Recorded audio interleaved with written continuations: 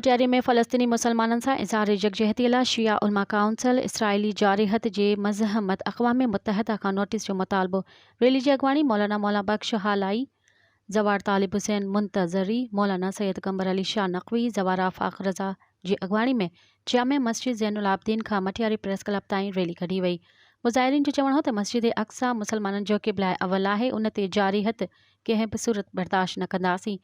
पूरी दुनिया जे मुस्लिम मुल्कनि खे अपील था कयूं त अॻियां अची फ़लस्तीन जो साथ ॾेई इसराइल खे दुनिया जे नक्शे तां हटाए छॾीनि।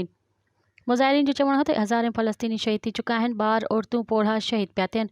केॾांहुं वई नाम निहाद मुल्कनि जो इंसानी हक़नि जो तहफ़ुज़, उते कंहिंखे इंसानी हक़ यादि न आहिनि, बाक़ी जे हिकु इसराइल मरे थो त दुनिया खे इंसानी हक़ यादि अची वेंदा आहिनि। मुज़ाहिरीन अक़वाम मुत्तहिदा खां मुतालबो कयो त इसराइल पारां इंसानी आबादी, स्कूलनि, मस्जिदुनि, इस्पतालुनि मथां बमबारी फौरी बंदि कराए। किथे ईअं न थिए त पूरी दुनिया उन हक़ ऐं बातिल जी जंग जे वर चढ़ी वञे।